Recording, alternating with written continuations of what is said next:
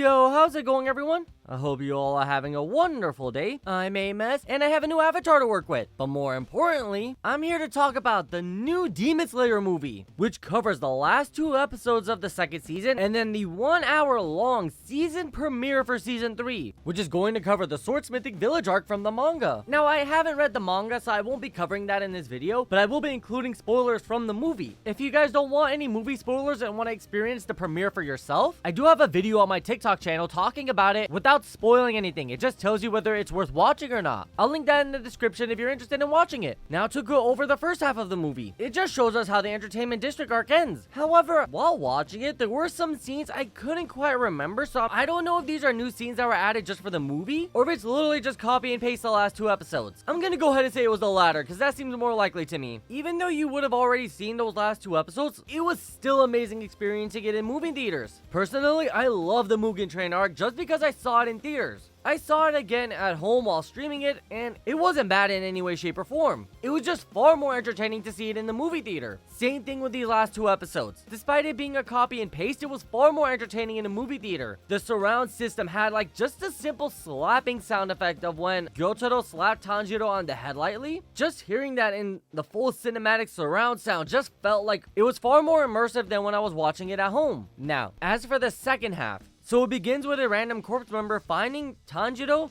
Zenitsu, and Inosuke huddled together. At first, he just thought like, oh, they're just really close friends. But no, turns out they were in critical condition. Inosuke and Tanjiro were severely wounded, and Zenitsu was completely drained from going all out during that fight. We then cut to several months later with Tanjiro waking up from his coma. So as per usual, it goes with the stereotypical anime trope of a protagonist going all out in a fight, then sleeping for several days, weeks, or even months. But then again, that's understandable for Tanjiro. He just got out of a life-threatening situation where he nearly died on several occasions, no less. And after he had awakened, he had noticed that Kanao Tsuyuri was standing at the doorway and she was holding a vase.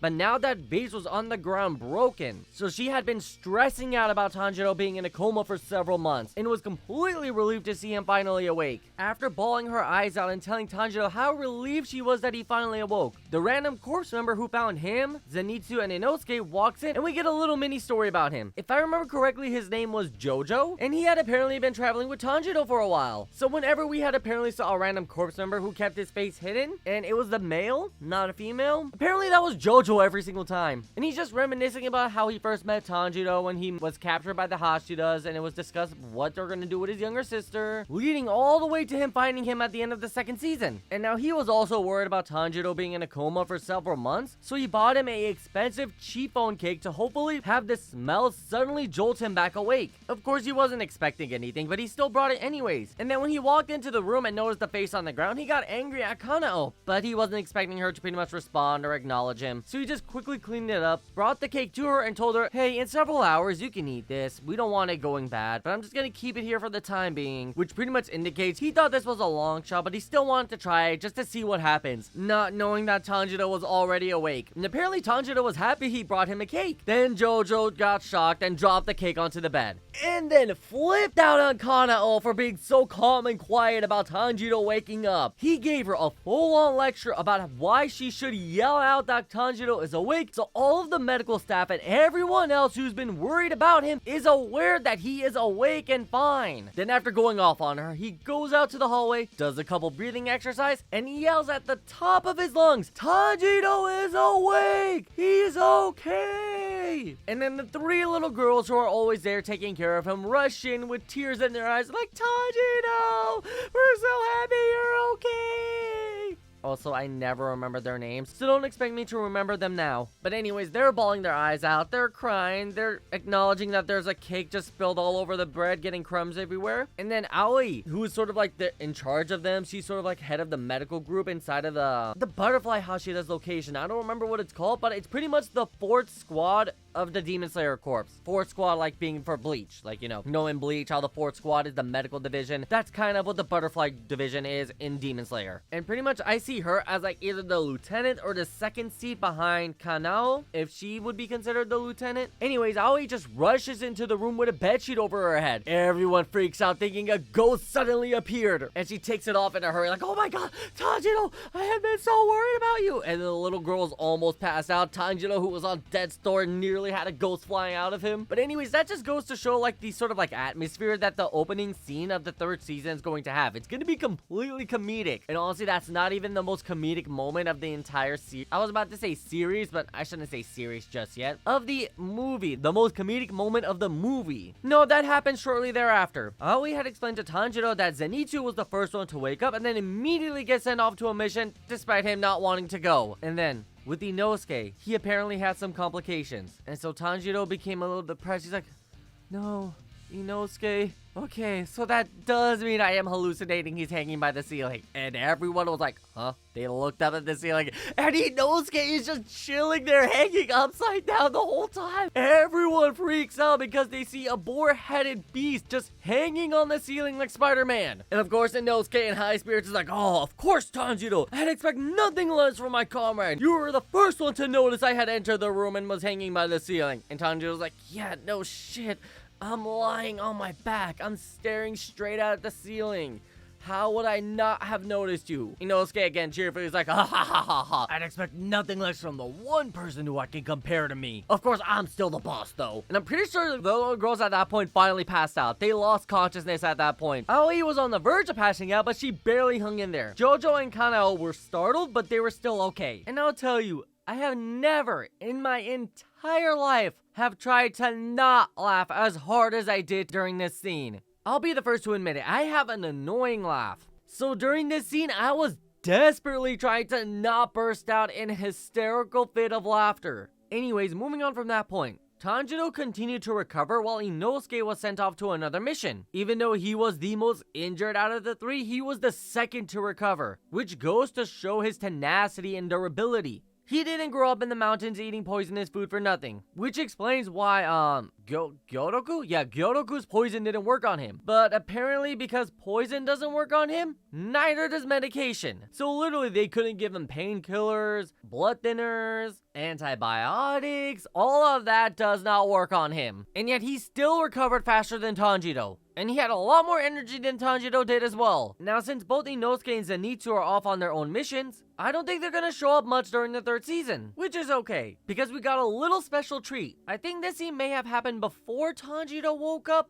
but it's fine. We are introduced to the upper rank demons. We already knew Akaza and Doma, who we were introduced at the end of Mugen Train as the 6th rank demon. But as we know, Gyotaro and Daki were the current 6th rank demon. So now we learn that Doma is the 2nd rank demon. He jumped up from 6 to 2. And apparently he got promoted over Akaza, who was the 3rd rank demon. I'm assuming he was the 3rd rank demon from 100 years ago. So he's held that spot for so long, and Doma surpassed him. We also get a little bit of an idea of how he did it. So we meet all of the upper rank demons in the Infinite Castle when Muzan summoned them after Gyotaro and Daki were killed. When he was done with them, he sent them back from where they came, and we see Doma is in a traditional Japanese house, and some bald dude opens it up, and this bald dude sort of resembles a monk, and he's telling him that his followers are waiting for him. And Doma's like, okay, you can send him in, I'm ready. And then he grabs this black hat and puts it on, and the black hat sort of resembles a Shinto priest hat. Knowing Doma is an immortal demon who has blood that can possibly heal people, could have led him to form his own religion where he is a god. And if he is a god,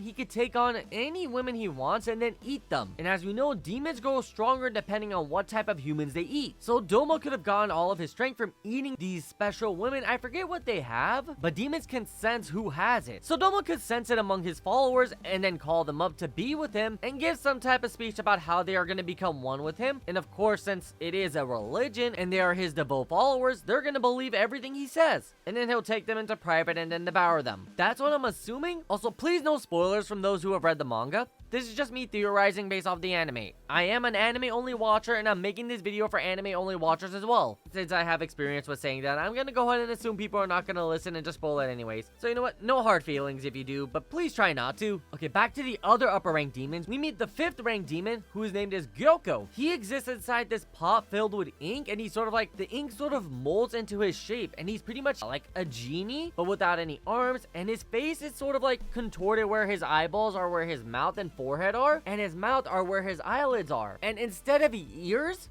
he has hands coming out of his head. So a very weirdly shaped demon who's kind of almost like a genie in a lamp, but an ink demon in a pot instead. Even more strangely to him is the 4th rank demon. His name is Han Ten-gyu, and he kind of has like a priest or a monk outfit on, I believe. And he has sort of like a pyramid shaped head where it's wider on the top and pointier at the chin area, I should say. And he has 2 horns sticking out of his forehead and a giant sort of like bulb-ish zit in between it. I'm just gonna call it a massive zit on his forehead. And he has this sort of special trait where he's like constantly scared, constantly apologizing. So I don't know if he's just like, that's his personality. He's always acting like scared, going ee, and like apologizing, like, I'm sorry, please forgive me.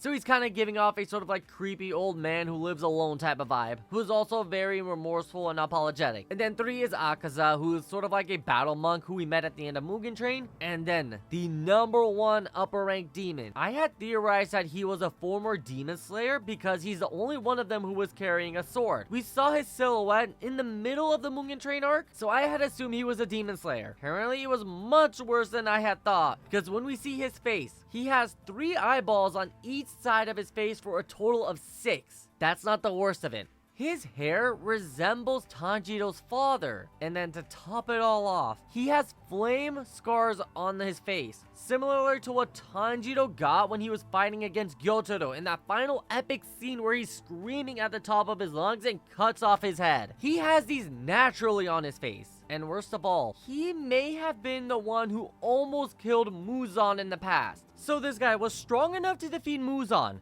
and now he's working for him. I don't know if that's because Muzan became stronger and then beat him into submission, or if this guy had let his guard down and Muzan turned him into a demon and then manipulated him into becoming one of his loyal servants. That is a possibility, seeing as how he had defeated Muzan, yet Muzan is still alive. Anyways, the next thing we see is Tanjiro having a dream about this man. We see that this man had apparently saved Tanjiro's grandparents in the past, and we know it's Tanjiro's grandparents because one of them, the grandfather, looked like Tanjiro and the grandmother looked like Nezuko. And we see this man had apparently saved their lives, and he has Tanjiro's earrings on. So the earrings that depict a sun shining in the sky with flame scars across his face naturally, which indicate he is a user of the sun breath style, which for a demon slayer is absolutely amazing. But what does that mean for a demon? The upper rank first demon, Kokushibo, is probably an incredibly powerful swordsman whom, due to being able to use the sun breath style, could be immune to sunlight. That's just my theory. Again, manga readers, if you know the answer already, you don't need to let me know. I'm gonna wait for the anime to find out. Honestly, the whole reason I've been watching the anime and not reading the manga is just because Ufotable does an amazing job with the animation. And it was depicted perfectly in the first hour-long season premiere of the 3rd season, or the second half of the movie. They're the same thing. But still, it was displayed beautifully, especially with them sewing the Infinite Castle. We see Akaza traveling around to where the other upper rank demons are and where Muzan is patiently waiting for them, and it's beautifully animated. Also, Ufotable is showing off the budget they received from the Mugen Train movie. It became the highest grossing movie in Japan, and this animation clearly shows it. They now have a lot more money in their budget to make insane scenes like this. Now, after all of the upper rank demons were introduced, we also learned a little bit more about the Samazan player who teleports them around. I had assumed she was an upper rank demon, but no, apparently she's just the guardian of the Infinite Castle. And then we finally see Muzan, and unlike all of the other members who are sitting on like a platform or a staircase or something like that, Muzan is above them, hanging upside down in what appears to be a research laboratory, and has an entire chemistry kit in front of him. And even though I said he's hanging upside down, none of these test tubes are falling, indicating this Samazan player is manipulating the gravity to make sure he doesn't fall down. We also learned that Muzan is having the upper rank demons look for something. I think he said like a blue lotus or something like that, and he wants them to wipe it out. Now, I don't remember if this had been previously mentioned, and personally, I don't want to look it up because I'm probably gonna end up finding some manga spoilers, so I'm trying to avoid looking stuff up as much as possible. Anyways, whatever it is, it's gonna play an integral role for the coming season. The upper rank 5th demon, Gyoko, informs Muzan that he may have some information. And Muzan pretty much told him, I don't care what you have to say. Confirm it first, instead of giving me a theory, so I don't want to hear it. So he pretty much told Gyoko to take Hatengyu, the upper rank fork demon, and then go confirm whatever information he knows, which we later learn is the location of the Swordsmithing Village. And the way we figure this out is because at the end of the movie, we get the opening for the 3rd season, and it shows them fighting the 2 Hashiras and Tanjiro, as well as one more character who I'll discuss when we get to him. So now we go back to Tanjiro, and he has that little dream about the upper rank first demon before he became a demon and apparently met his grandparents, or great-grandparents. I'm honestly not sure which one it was. And while Tanjiro is going through his rehabilitation, he was expecting Hagenezuka, the swordsmith that forged his sword, to be making him a new one. And instead of making him a sword, he wrote him a letter, which was horrific scribbling saying, "I hate you, go die, I'm gonna kill you, I'm gonna place a curse on you, you bastard." So yeah, Hagenezuka is not gonna make him a new sword. He despises Tanjiro for breaking 2 of his swords. We later learn that there is a reason for that. But Tanjiro desperately needs a sword to fight off these demons. Then Aoi gives him the advice of going to the Swordsmithing Village to talk to Hagenezuka directly and hopefully plead for him to make him another sword. And of course, apparently getting to the Swordsmithing Village is an entire convoluted system. Tanjiro was forced to wear a blindfold, earplugs, and nose plugs because he has an amazing sense of smell. And then he was carried by the Demon Slayer Corps.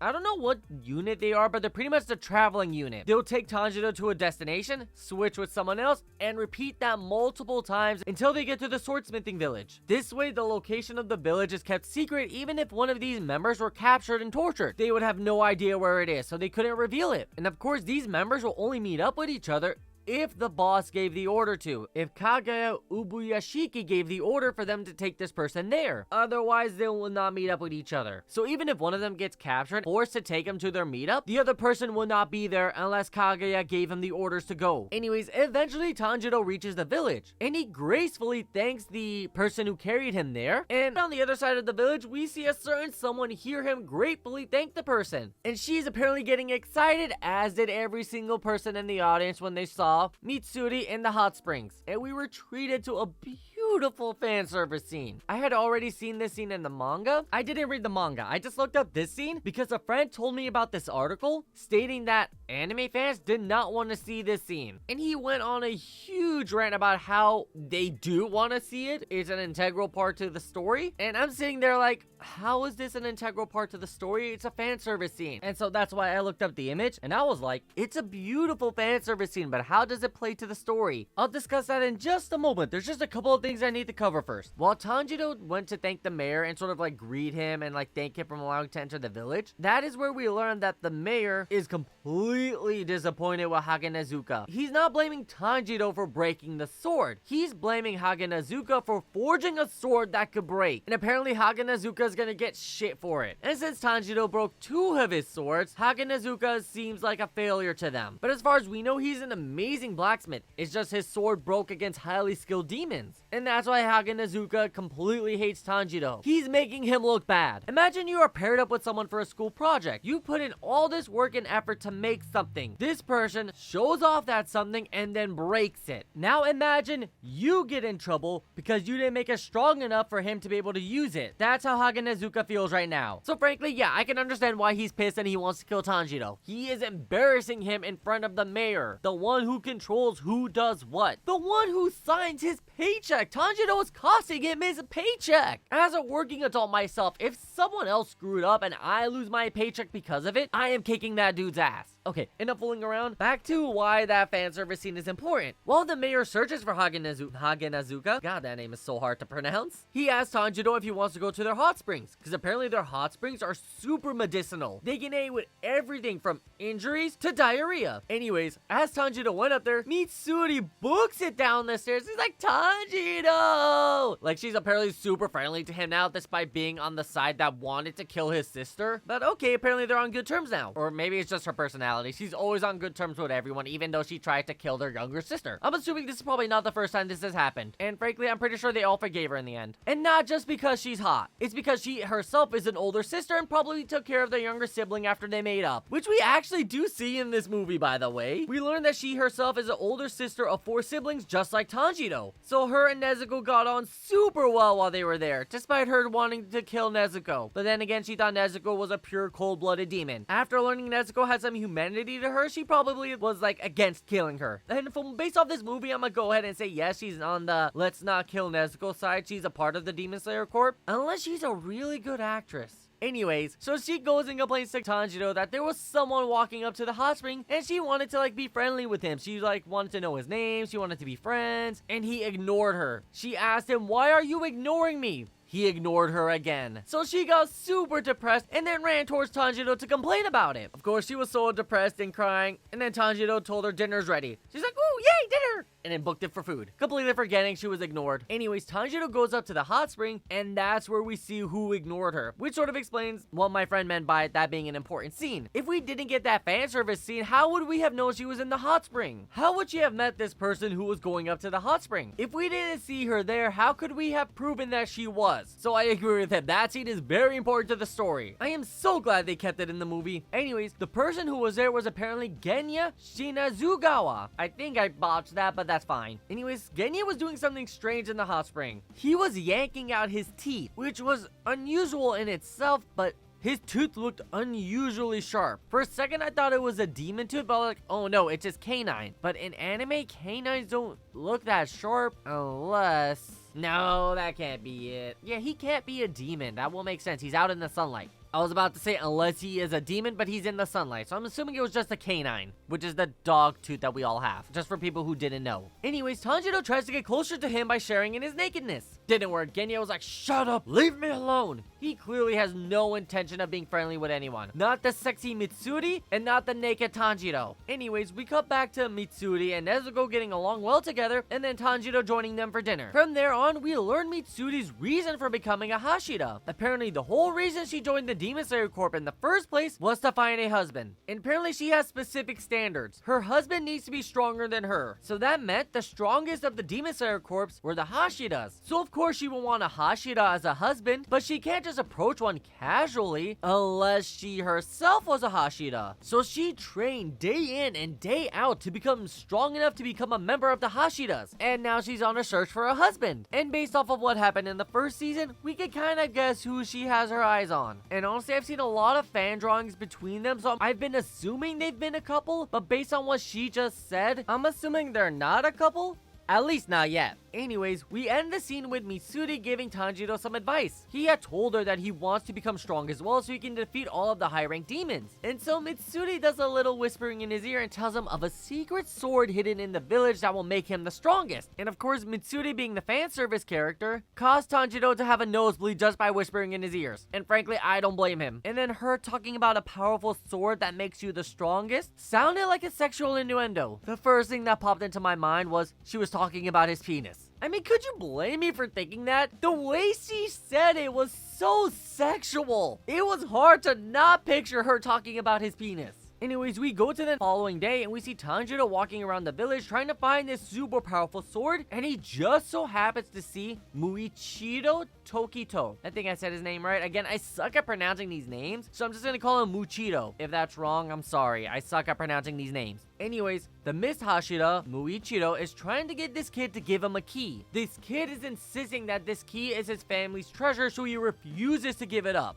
Now here's the crazy part. The movie ends with Tanjiro seeing a man standing behind this kid, and this man looks exactly like the upper rank first demon. We only see him from behind, so we don't know if it's him or like someone related to him, but the fact that we saw him and he has the same earrings that Tanjiro does is leading me to believe that he is a user of the Sunbreath style. But now here's the important thing. After that scene, we get the opening for the third season, which honestly looked amazing. The music was also fantastic, but most importantly, we see the upper 4th and 5th rank demon in it, the two Hashiras, and Genya, along with Tanjiro. We don't see Zenitsu or Inosuke in it, so they're probably not going to be an important role in the third season. And we don't see the upper rank first demon either. So maybe that is him, but he's only there for that one scene. Or it could be someone who just looks like him. But since that person isn't in the opening, it could be to avoid spoilers, or it could be he doesn't play an important role in this season. Either way, that's how the movie ends. And frankly, I have never been this hyped for a new season. Good news is it comes out in a month, so we don't have to wait too long to see it. And this movie was so well made, and it gives us a perfect understanding of how the third season is about to play out, especially since this was the hour-long premiere of it. Now, my only concern is when the season officially begins, are they going to air 2 episodes that day, or is it just going to be this hour-long premiere? My initial assumption is the hour-long premiere, so we have to wait an additional week after that to get new content, but honestly, I don't mind. It was worth it to see this in theaters. And that's going to be it for this one, folks.